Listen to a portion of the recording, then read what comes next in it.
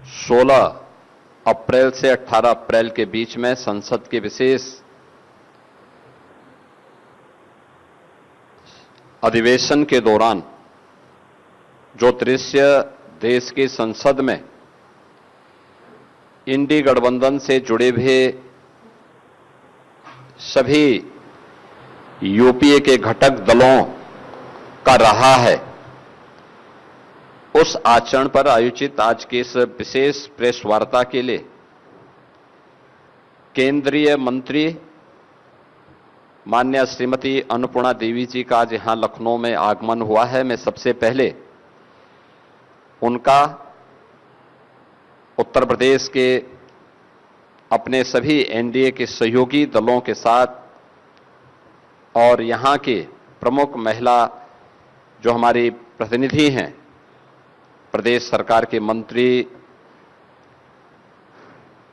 प्रदेश सरकार में विभिन्न आयोग और बोर्डों के अध्यक्ष, अन्य पदाधिकारी, अन्य जनप्रतिनिधियों की ओर से मैं उनका हृदय से स्वागत करता हूं। मैं इस विशेष पीसी में आप सबका भी स्वागत करता हूं।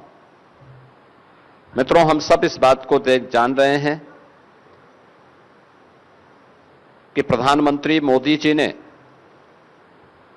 2014 में देश की सत्ता जब अपने हाथों में ली थी, तब उन्होंने देश के अंदर एक बात बहुत स्पष्ट की थी। उन्होंने कहा था देश के अंदर 4 ही जातियां हैं, एक नारी है, एक गरीब है, एक युवा है और एक किसान है। भारत को कमजोर करने की नीयत से जिन लोगों ने जातिवाद के नाम पर अपने स्वयं के परिवार का भरण पोषण करके उनके लिए देश को लूटा है, स्वाभाविक रूप से उनके लिए यह एक चुनौती थी और चेतावनी भी। और इसीलिए उन्होंने हमेशा किसी भी ऐसे प्रोग्रेसिव कदम का जो प्रधानमंत्री मोदी जी के नेतृत्व में जब भी उठा है, कांग्रेस और उसके जितने भी पार्टनर हैं, उन सब ने हमेशा उस प्रोग्रेसिव सोच को और देश के हित के लिए उठाए जाने वाले कदम का विरोध करते रहे। आज के जो पीसी है, यह विशेष रूप से नारी शक्ति वंदन अधिनियम के दृष्टि से क्या कुछ हुआ और पब्लिक रिएक्शन क्या है, इसके बारे में आहूत की गई है। मित्रों, हम कह सकते हैं आधी आबादी के मन में विपक्ष के इस नारी विरोधी आचरण के बारे में भारी आक्रोश है और वह आक्रोश कांग्रेस और इंडी गठबंधन के सहयोगी दल Samajwadi party, RJD, TMC, DMK और अन्य उन दलों का जो इस पाप में भागीदार थे, उनके प्रति आधी आबादी के मन में यह आक्रोश आज देखने को मिल रहा है कि कैसे एक और प्रधानमंत्री जी के द्वारा उठाए जाने वाले एक एक समाज के, देश के हित में जो कदम उठाए गए हैं, उन कदमों में कैसे बैरियर के रूप में और उन कदमों को आगे बढ़ने से रोकने के लिए इंडी गठबंधन किस हद तक जाकर के षड्यंत्र करता है। 2023 में नारी शक्ति वंदन अधिनियम पारित हुआ था। लेकिन जब महिला संगठनों, सामाजिक संगठनों ने इस बात की मांग की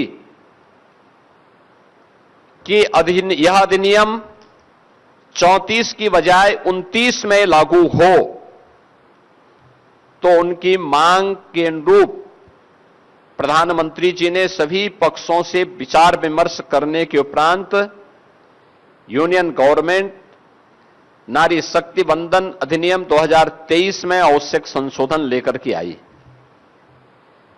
इसके लिए संसद का 16, 17, 18 को विशेष अधिवेशन भी हुआ।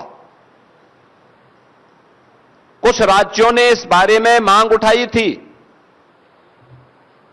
कि ऐसा न हो कि इसके माध्यम से उनके हक को कम कर दिया जाए। प्रधानमंत्री जी ने नारी शक्ति वंदन अधिनियम विधेयक 2023 में पारित करते समय तय किया था कि भाई किसी का हक नहीं छीना जाएगा। ये 33% आरक्षण जो हम अपनी माताओं बहनों को उपलब्ध करवा रहे हैं, इसके लिए इतनी अतिरिक्त सीट हम लोकसभा में और विधानसभा में बढ़ाएंगे। जब इधर यह बात चर्चा में आई कि दक्षिण भारत के राज्य मांग उठा रहे हैं कि साहब हमारा हक कम होगा, तो प्रधानमंत्री जी ने इस बात के लिए और माननीय गृह मंत्री जी ने भी इस बात के लिए आश्वस्त किया कि 2011 की जनगणना के अनुसार जो व्यवस्था है उसी के तहत जैसे अन्य राज्यों में, उत्तर के राज्यों में, पूरब के राज्यों में बढ़ेंगे, वैसे ही दक्षिण के राज्यों में भी वह अनुपात, उसी अनुपात में यह बढ़ेगा। हक किसी का कम नहीं होना है। केवल एक ही इच्छा है कि सारा सदन मिलकर के भारत की नारी को सुरक्षा, सम्मान और स्वावलंबन के प्रत्येक नारी शक्ति वंदन अधिनियम को इस संशोधन के साथ पारित करके 2029 में उनका अधिकार दे दे। लेकिन जो दृश्य वास्तव में सदन के अंदर इंडी गठबंधन का रहा है, Congress, Samajwadi party, TMC, DMK का रहा है,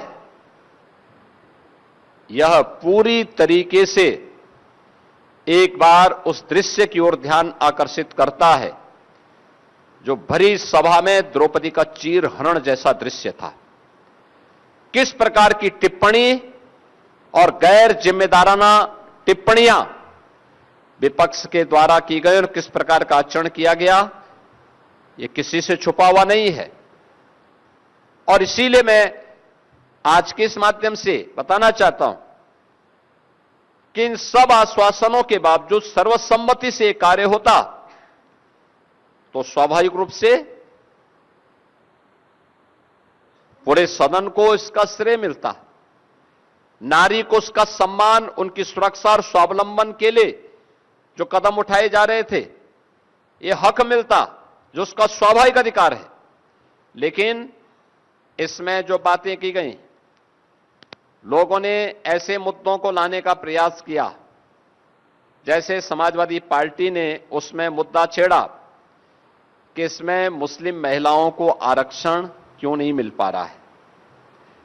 देखो, ये संविधान की दुहाई देते हैं, लेकिन बाबा साहब भीमराव अंबेडकर की भावनाओं की प्रतिकूल आचरण इनका यहां पर भी देखने को मिला। याद करिए, जब भारत का संविधान निर्माण हो रहा था, उस समय संविधान निर्माण होते समय भी धर्म के आधार पर आरक्षण देने की मांग उठी थी। सर्वसम्मति से इसका वहां पर सभी पक्षों ने विरोध किया था। बाबा साहब भीमराव अंबेडकर ने इस पर बहुत तीखी टिप्पणी लिखी थी कि एक बार विभाजन हो गया है, भारत दूसरे विभाजन के लिए तैयार नहीं हो सकता। लोह पुरुष सरदार वल्लभ भाई पटेल ने विरोध किया।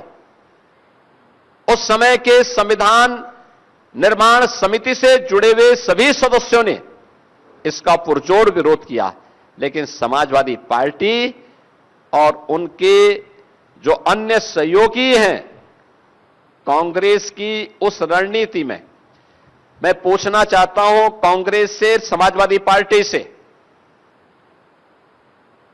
कि महिला आरक्षण से जुड़ा हुआ यह मुद्दा जो नारी शक्ति बंधन अधिनियम के माध्यम से पारित हुआ था, इसमें पुरुष का हक नहीं मारा जा रहा था, लेकिन महिला सशक्तिकरण के लिए एक बहुत ही प्रोग्रेसिव सोच के साथ यह कदम उठाया गया था। आज जब आप मुस्लिम महिलाओं की बात करते हैं, वे तब कहां थे जब साबानो प्रकरण में कांग्रेस की सरकार ने मुस्लिम महिलाओं के अधिकार को पूरी तरह उन्हें वंचित करने का प्रयास किया। याद करिए, ये इंडी गठबंधन है। जब प्रधानमंत्री मोदी जी ने साबानो प्रकरण में कांग्रेस के इस पाप का परिमार्जन करने का कार्य किया था और उस समय प्रधानमंत्री जी ने देश के अंदर ट्रिपल तलाक पर पूरी तरह प्रतिबंध लगाया।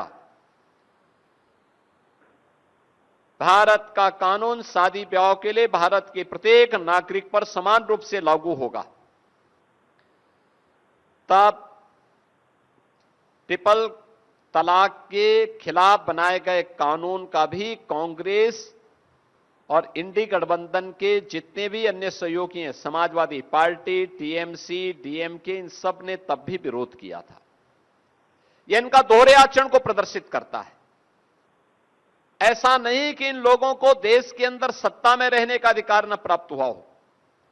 आज जो लोग महिलाओं के हक की बात की दुहाई देते हैं, उनसे पूछा जाना चाहिए, कांग्रेस और इंडी गठबंधन को देश के अंदर सबसे अधिक समय तक शासन करने का अवसर प्राप्त हुआ, सबसे अधिक समय तक। लेकिन जिन चार जातियों का उल्लेख प्रधानमंत्री मोदी जी ने किया, नारी के लिए भारत की आधी आबादी, गरीब के लिए,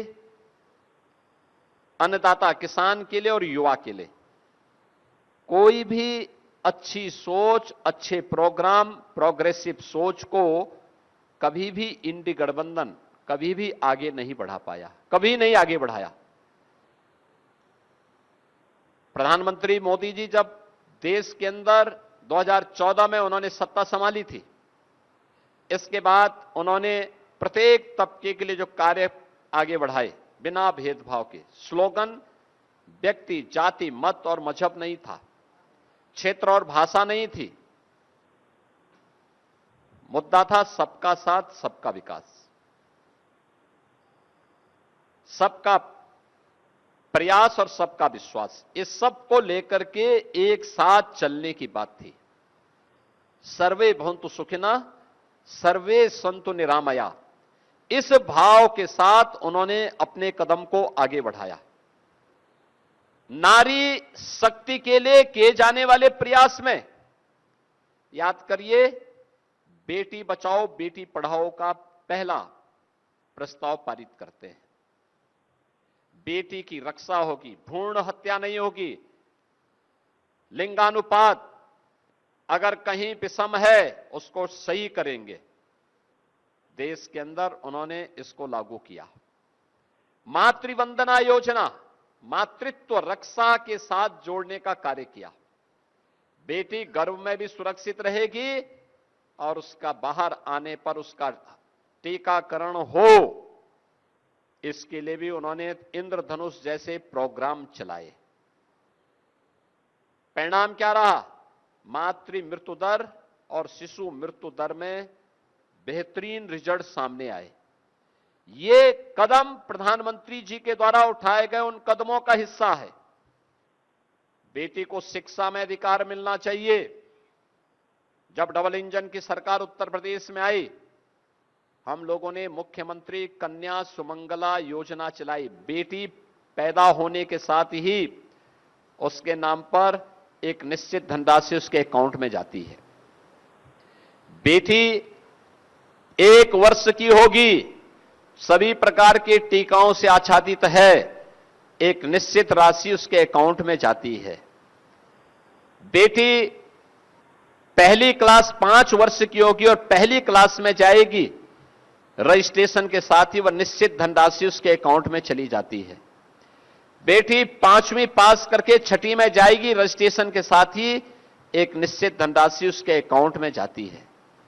बेटी 8वीं पास करेगी, रजिस्ट्रेशन के साथ ही एक निश्चित धनराशि उसके अकाउंट में जाती है। यानी जन्म लेने से लेकर के हाई स्कूल तक की पढ़ाई और उससे ऊपर की पढ़ाई के लिए 25,000 का पैकेज उस बेटी को उत्तर प्रदेश सरकार की, उत्तर प्रदेश के डबल इंजन की एनडीए की सरकार उपलब्ध करवा रही है। 26 लाख बेटियां वर्तमान में इस योजना से लाभान्वित हो रही हैं। 17 के पहले इस प्रकार की कोई स्कीम यूपी के अंदर नहीं थी। मातृवंदना योजना, जो प्रधानमंत्री मातृत्व रक्षा करने के लिए जो स्कीम प्रधानमंत्री जी ने दी, इस स्कीम के अंतर्गत हर वर्ष 500 से 600 करोड़ रुपए उन माताओं को उपलब्ध करवा रहे हैं जो सुरक्षित गर्भ जिनका रहे और आने वाली पीढ़ी सुरक्षित हो, स्वस्थ हो। वह अभियान मजबूती के साथ यूपी के अंदर, देश के अंदर वर्तमान में चल रहा है। याद करिए, महिला सशक्तिकरण के लिए अगर किसी परिवार के पास आवास नहीं है तो सबसे ज्यादा पीड़ित होती है उस परिवार की महिला। किसी परिवार के पास शौचालय नहीं है, सबसे ज्यादा पीड़ित होती है उस परिवार की महिला। जिस परिवार के पास उज्ज्वला योजना का कनेक्शन नहीं था, बरसात में या अन्य सीजन में उस परिवार को भोजन बनाने के लिए न केरोसिन उपलब्ध हो पाता था और न ही ईंधन का कोई उपलब्ध हो पाता था। भीगी हुई लकड़ी में या कोयले में भोजन बनाने के लिए मजबूर होती थी, या गोबर के गोईठे में, सूखे हुए गोबर में भोजन बनाने के लिए मजबूर होना पड़ता था। आंखों में आंसू होते थे, लंग्स खराब होता था। पहली बार हुआ देश के अंदर 12 करोड़ परिवारों के लिए एक एक शौचालय बना। इस शौचालय स्वच्छता का तो मानक तय किया ही, नारी गरिमा की रक्षा भी इस शौचालय ने की है प्रधानमंत्री मोदी जी के कारण। तमाम संक्रामक बीमारियां होती थीं, इंसेफ्लाइटिस उनमें से एक है। स्वच्छ भारत मिशन के कारण आज उस बीमारी को हम नियंत्रित करने में सफल हुए। 4 करोड़ गरीबों के लिए एक एक आवास बना। हर नारी अपने बच्चों को और अपने परिवार को एक सुरक्षित छत देने में सफल हो सकती है। यह प्रधानमंत्री आवास योजना के माध्यम से आज देखने को मिला है। उत्तर प्रदेश में 65 लाख लोगों को इस सुविधा का लाभ प्राप्त हुआ। 65 लाख गरीब परिवारों को इस सुविधा का लाभ प्राप्त हुआ है। इसी प्रकार से अगर आप देखेंगे, उज्ज्वला योजना में कनेक्शन, देश के अंदर 11 करोड़ परिवार इस योजना का लाभान्वित हुए हैं। और उत्तर प्रदेश के अंदर, देश के अंदर 11 करोड़, उत्तर प्रदेश के अंदर 1 करोड़ 90 लाख परिवार इस योजना से लाभान्वित हुए हैं। यानी लंग्स की बीमारी से भी मुक्ति, किसी भी सीजन में एलपीजी की समस्या नहीं होगी, इसकी भी गारंटी ये मोदी की गारंटी के तहत उन्हें उपलब्ध हो पाई। ऐसे ही घरौनी स्कीम के अंतर्गत जिस घर में, जहां पे किसी गरीब का घर ग्रामीण क्षेत्र में बनता था, वहां पे लगभग 95 से 98% लैंड एक ग्राम की आबादी की लैंड होती थी। किसी गरीब का घर उजड़ता था, दोबारा मकान नहीं बनाने दिया जाता था। दबंग लोग उस पे हावी होते थे। पहली बार भारत के इतिहास में हुआ है जब 3 करोड़ परिवारों को ग्रामीण अभिलेख, घर के अभिलेख उपलब्ध हुए हैं। उनमें से 1 करोड़ से ज्यादा लोगों को अकेले उत्तर प्रदेश के अंदर अभिलेख प्राप्त हुए प्रधानमंत्री मोदी जी के कारण। और ये जितने भी घरौनी दिए गए हैं, ये घर की महिला सदस्य के नाम पर दिए गए हैं। याद करिए, देश के अंदर 50 करोड़ लोग आयुष्मान भारत की सुविधा का लाभ प्राप्त कर रहे हैं। उत्तर प्रदेश में 10 करोड़ लोग सीधे सीधे इस योजना का लाभ प्राप्त कर रहे हैं। यानी उत्तर प्रदेश आयुष्मान भारत में 5 लाख रुपए की स्वास्थ्य बीमा का कवर। परिवार में कोई बीमार होता था, प्रताड़ित और पीड़ित महिला होती थी, लेकिन वो बेचारी जैसे तैसे कर्जा लेकर के या अपना जेवर गिरवी रख करके पहले की सरकारों में वह उपचार अपने परिवार के सदस्यों की कराती थी। आज 5 लाख का आयुष्मान भारत की गारंटी उसको मोदी जी की गारंटी के रूप में उपचार के लिए उपलब्ध हुआ है। ऐसे बेसिक शिक्षा परिषद में यूपी के अंदर 1,90,00,000 बच्चों को 2 uniform, bag, book, shoes, socks, sweater, ये सभी उपलब्ध करवाने का कार्य डबल इंजन की सरकार उन्हें उपलब्ध करवा रही है। बेटी शादी योग्य हो गई है। मुख्यमंत्री सामूहिक विवाह योजना में बेटी की शादी के लिए 1 लाख रुपए देंगे। अब तक हम 6 लाख से अधिक बेटियों की शादी इस स्कीम के अंतर्गत कर चुके हैं। निराश्रित महिला पेंशन, वृद्धजनों के लिए, दिव्यांग जनों के लिए मिलने वाली पेंशन, किसी परिवार में दुर्भाग्य से कोई महिला निराश्रित हो जाती है, कोई महिला निराश्रित हो जाती है, बुजुर्ग हो जाती है, कोई पुरसा हाल नहीं था। आज मुझे बताते हुए प्रसन्नता है कि डबल इंजन की सरकार 1,06,00,000 से अधिक निराश्रित महिलाओं, वृद्धजनों और दिव्यांग जनों को 12,000 रुपए सालाना पेंशन की सुविधा का लाभ उपलब्ध करवा रही है। यानी ये कदम वे हैं जो डबल इंजन सरकार के द्वारा उठाए गए वे कदम थे नारी गरिमा के लिए, नारी सुरक्षा के लिए, नारी सम्मान के लिए। उत्तर प्रदेश के अंदर पिछले 9 वर्ष के अंदर हम लोगों ने 9 लाख से अधिक सरकारी नौकरी उपलब्ध कराई है, जिनमें लगभग 1.25 लाख केवल बेटियां भर्ती हुई हैं। यूपी पुलिस 1947 से लेकर 2017 तक यूपी पुलिस में महिला कार्मिकों की संख्या मात्र 10,000 थी, और आज मुझे बताते हुए प्रसन्नता है कि यूपी पुलिस में महिला कार्मिकों की संख्या वर्तमान में 44,000 से अधिक है। ये संख्या बताती है महिला सुरक्षा, महिला सम्मान और महिला स्वावलंबन के लिए उठाए गए कदम। एसएचजी के माध्यम से प्रदेश में 1 करोड़ से अधिक महिलाएं आज आर्थिक स्वावलंबन के साथ जुड़ी हुई हैं। लखपति दीदी के माध्यम से आज वे आर्थिक स्वावलंबन का लाभ ले रही हैं। वीसी सखी के माध्यम से टेक्नोलॉजी का क्षेत्र हो, हर एक सेक्टर में आज ये संख्या है, और पहली बार हुआ है भारत के अंदर आजादी के बाद पहले आम चुनाव से लेकर अब तक भारत की संसद में महिला जनप्रतिनिधियों की संख्या सबसे अधिक है। यह संख्या वर्तमान में लगभग 15% है।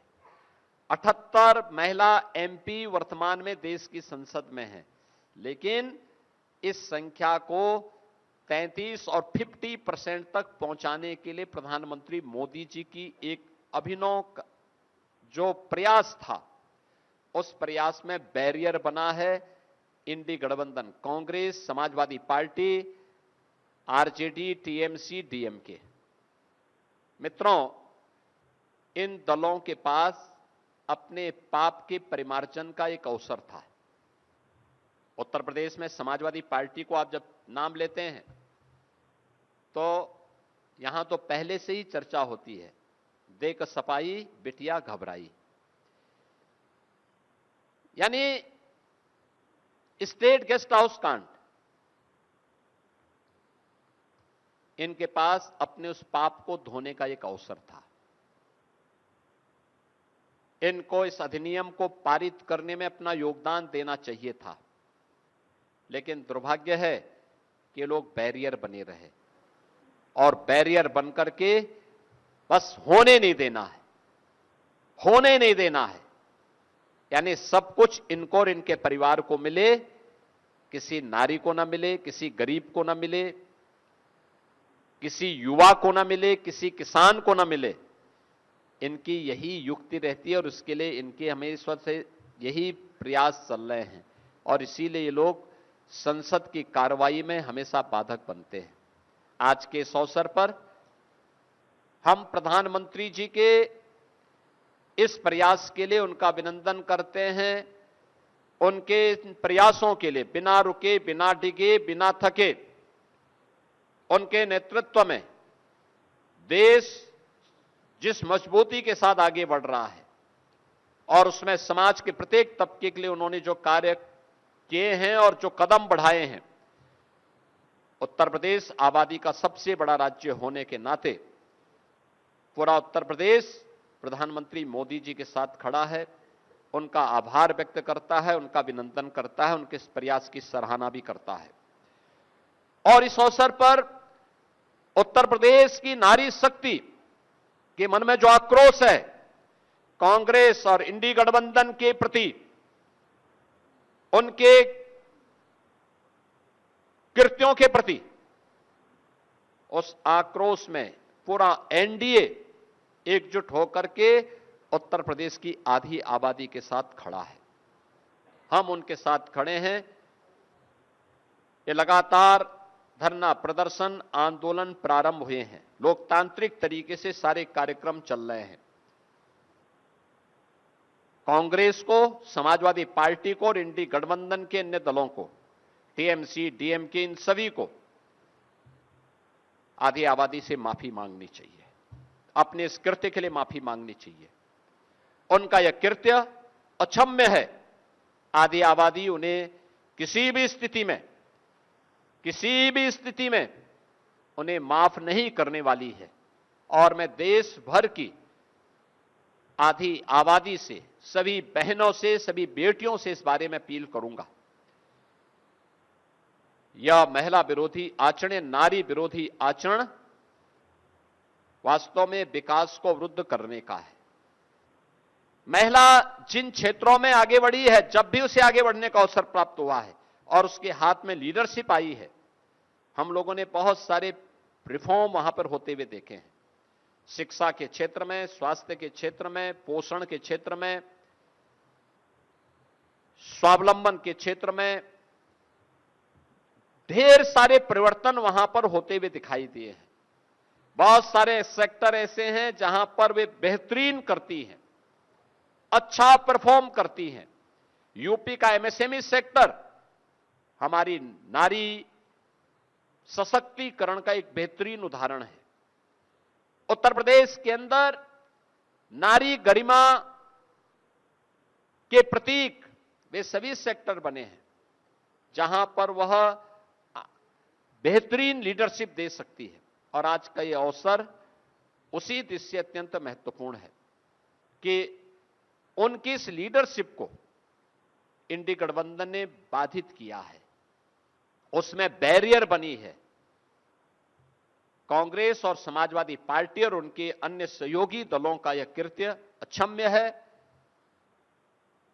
भारत की नारी शक्ति कभी भी इसको स्वीकार नहीं करेगी, बर्दाश्त नहीं करेगी और इसके खिलाफ नारी शक्ति के द्वारा जो भी कदम उठाए जाएंगे, पूरा एनडीए गठबंधन उनके साथ खड़ा है। आज की इस प्रेस कॉन्फ्रेंस के माध्यम से हम सब इस बात के लिए उत्तर प्रदेश की अपनी सभी बहनों को, सभी बेटियों को इस बात के लिए आश्वस्त करते हैं कि उनके द्वारा जो भी कदम उठाए जाएंगे, हम उनके साथ में कदम से कदम मिला करके चलेंगे और उन्हें हर प्रकार का सपोर्ट देंगे, संबल देंगे।